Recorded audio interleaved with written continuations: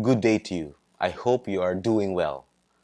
My name is Abyong Kalo, and I would like to welcome you to Pathways of Hope. This is a ministry to share the daily gospel readings.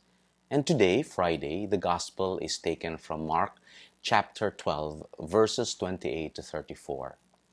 In today's reading, we can see that a scribe or a Pharisee asks Jesus a question, and he was asking, Master, what is the greatest of all of the commandments?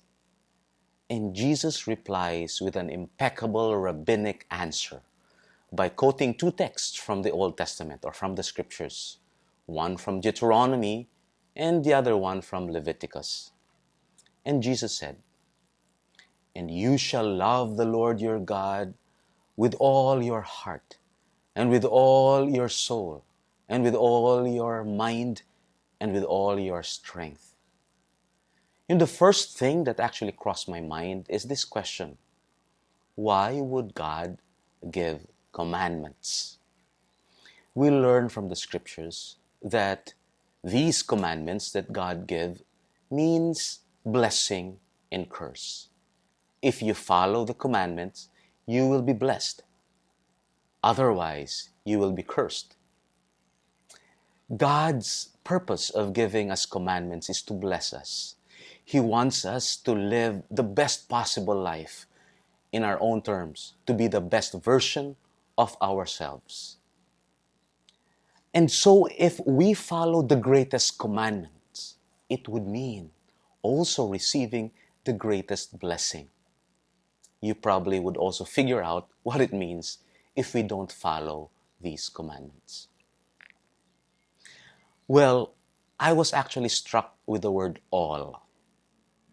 To love the Lord your God with all of your heart, with all of your soul, with all of your mind, and with all of your strength.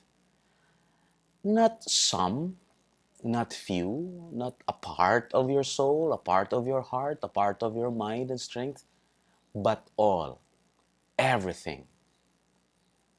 Well, two things comes to my mind.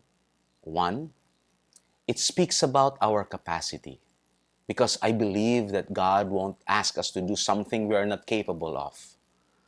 And it gives me consolation because, you know, being able to love with all your heart is unimaginable, yet we are capable of doing that. The other thing is this: it also speaks about who God is. First and foremost, it is God who loves us with all of His heart, with all of His mind, with all of His soul, with all of His strength. He did not even spare His Son, Jesus, for us. He gives everything to us. But what does it mean to love God with all of your heart? It means your life. Heart is the center of our life. Physically, it pumps the blood all over our bodies. It means all of who we are. But heart is not only just a seat of emotions. Heart is also the seat of decision, the seat of, choices. And so loving God with all of our heart means choosing Him always and in every way. What does it mean to love God with all our soul? I think it means to make God as the one who satisfies all our desires. Not to desire other things than God. Not to desire the worldly comforts. Not to desire the material things. But to make sure that God is the only source of our satisfaction. And what does it mean to love God with all of our mind? It means that our thought, the way we think, should be captured by God. No wonder why when God said, or when the scripture says in I think in Romans, that we should have first the renewal of our minds, to be transformed by the renewal of our minds.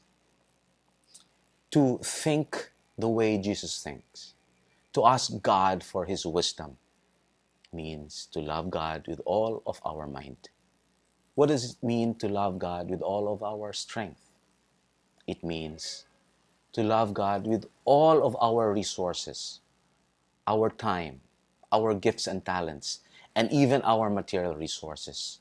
So let's ask ourselves, how are we using all these, our strengths, our talents, our time, our money, our treasures?